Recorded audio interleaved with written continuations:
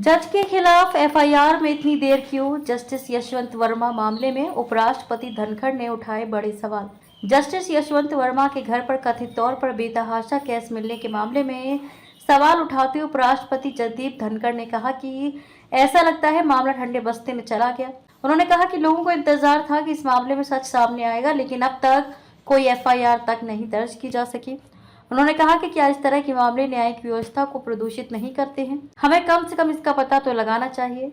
एक पुस्तक विमोचन के कार्यक्रम के दौरान उपराष्ट्रपति धनखड़ ने कहा, 2 महीने बीत चुके हैं, इस मामले में तेजी से जांच होनी चाहिए, लेकिन अब तक एफआईआर ही दर्ज नहीं की जा सकी है। उन्होंने कहा कि सुप्रीम कोर्ट के उस फैसले पर पुनर्विचार करने का समय आ गया है जिसमें कहा गया था कि शीर्ष अदालत और उच्च न्यायालय के न्यायाधीशों के खिलाफ मुकदमा चलाने के लिए पूर्व मंजूरी की आवश्यकता होगी। धनखड़ ने मामले की जांच कर रही 3 न्यायाधीशों की आंतरिक समिति द्वारा गवाहों से इलेक्ट्रॉनिक उपकरण जब्त करने के कदम को भी गंभीर मुद्दा बताया।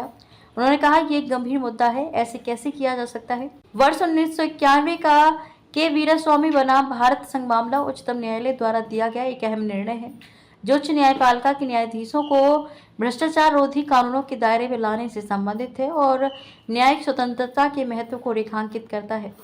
शीर्ष अदालत ने अपने फैसले में रेखांकित किया था कि न्यायाधीश वास्तव में भ्रष्टाचार निवारण अधिनियम के तहत लोक सेवक हैं, लेकिन उसने कहा कि किसी न्यायाधीश पर मुकदमा चलाने के लिए पूर्व मंजूरी की आवश्यकता होगी। धनखड़ ने कहा, सच सामने आना जरूरी है, इसके लिए वैज्ञानिकों, फॉरेंसिक एक्सपर्ट्स को भी प्रयास करना चाहिए ताकि कुछ भी छिपा ना रहे।